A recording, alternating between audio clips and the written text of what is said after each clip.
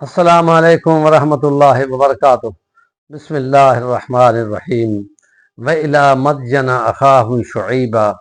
قَالَ يَا قَوْمِ اعْبُدُوا اللَّهَ مَا لَكُم مِّنْ إِلَٰهٍ غَيْرُهُ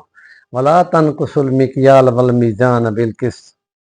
وَلَا تَبْخَسُوا النَّاسَ أَشْيَاءَهُمْ وَلَا تَعْثَوْا فِي الْأَرْضِ مُفْسِدِينَ۔ وقال اللہ تعالی الصلاة تأمرك أن نترك ما يعبد آباؤنا أو أن نفعل بأموالنا ما نشاء۔ قال اللہ تعالی ولولا رحمتك لرجمناك وما أنت علينا بعزيز۔ صدق اللہ العظیم۔ سیرت نبی صلی اللہ علیہ وسلم اور انبیاء کے تذکرے میں ہم ان انبیاء کی سیرت کے نمونوں کو سامنے رکھ رہے ہیں کہ جب وہ قوم کو اللہ کی طرف بلاتے ہیں اور ان سے یہ کہتے ہیں کہ میں تم سے کچھ نہیں مانگتا، میں تمہاری اصلاح کرنے کے لیے بھیجا گیا ہوں اور میں اللہ کا نبی ہوں، اللہ کی عبادت کرو، اللہ کے ساتھ کسی کو شریک نہ کرو، یہ اس کا حق ہے کہ اس کی عبادت کی جائے، اور جو وہ چاہتا ہے کہ تم زندگی گزارو اس کے لیے اس نے مجھے رہنما بنایا ہے، میں تمہاری رہنمائی کرتا ہوں،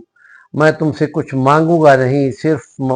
تمہارے فائدے کے لیے، تمہارے ساتھ ہمدردی کے لیے میں پیغام تمہیں پہنچاتا ہوں۔ اور قوم پھر ان کو معمولی سمجھ کر ان کا مذاق اڑاتے تھے، لیکن خدا کی حکمت و دانائی میں یہ تھا کہ ہمیشہ نبی کو بڑے قبیلے کے بڑے سردار اور چنے ہوئے قبیلوں میں سے ہی چنتا تھا۔ اللہ کی عبادت کرو، اللہ کا حق ہے کہ اس کے ساتھ کسی کو شریک نہ کیا جائے۔ مثلا شعیب علیہ السلام نے ان کو کہا کہ اللہ کی عبادت کرو، کوئی شریک نہ بناؤ، اور صاحب ایکا جھنڈ والے یا جھاڑیوں والے وہ وہاں کوئی ایسے افعال کیا کرتے تھے ان کی جھاڑیوں میں کہ جن سے وہ غیر اللہ کی عبادت کا عنصر اور شرک بنتا تھا، اس سے ان کو انہوں نے روکا، اور پھر ان کو کہا کہ اپنی معاش کے معاملے کو ذرا نظر دوڑاؤ، اور تم لوگوں کے مال کو لوٹنے کے لیے ڈنڈی مارتے ہو، اور تمہارا پیمانہ ناپنے کا اور پیمانہ وزن کرنے کا مختلف ہے، عوام کے ساتھ اور طریقے کا ہے، اپنے مفاد کے لیے اور طریقے کا ہے۔ جب چیز کی مقدار تولنی ہو تو اپنے حق کے لیے زیادہ تولتے ہو، جب دینی ہو تو کم دیتے ہو، ناپ تول کرتے ہوئے ناپ میں جب اپنے حق میں لیتے ہو تو پوری لیتے ہو، جب دینے لگتے ہو تو نقص کم کر کے دیتے ہو۔ تو اس کے لیے فرمایا وَلَا تَنْقُصُوا الْمِكْيَالَ وَالْمِيزَانَ، اس پیمانے کو نقصان والا نہ بنایا عوام کے لیے۔ اور پیغمبر آخر الزمان کی تعلیمات میں یہ کمال کی بات ہے کہ دنیا اس کو قابل نفرت اور دین سے، خدا سے دور چیز مانتی ہے، لیکن ہمارے اس آخری پیغمبر نے فرمایا کہ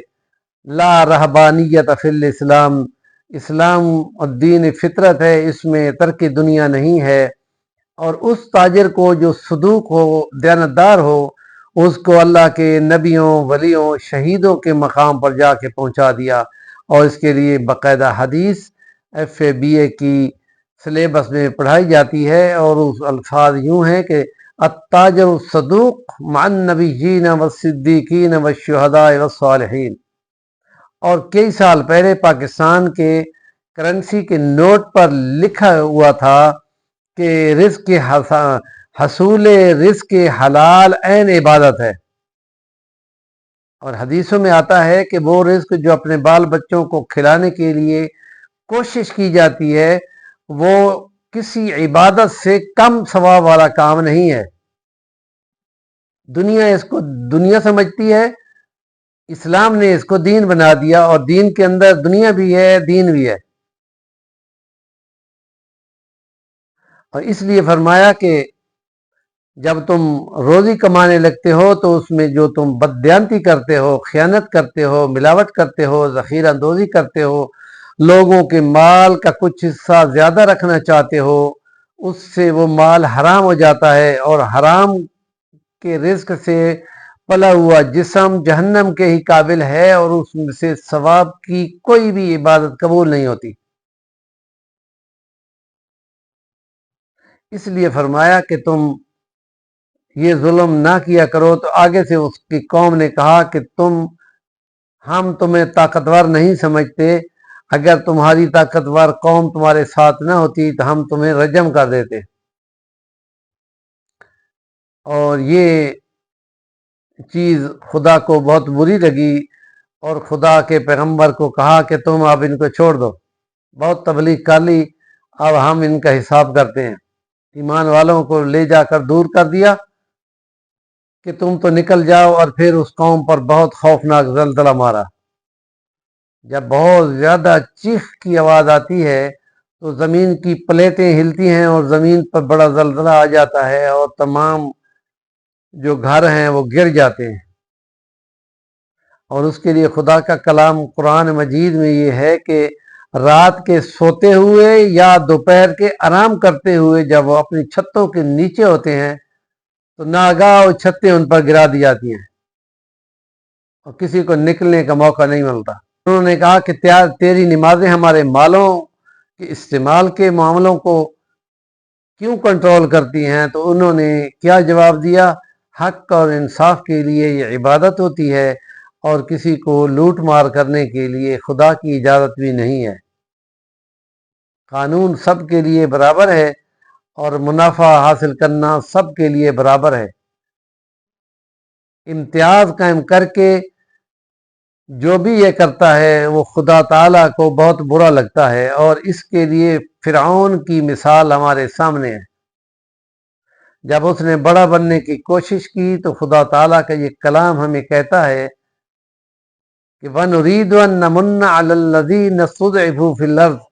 وَنَجْعَلَهُمْ أَئِمَّةً وَنَجْعَلَهُمُ الْوَارِثِينَ،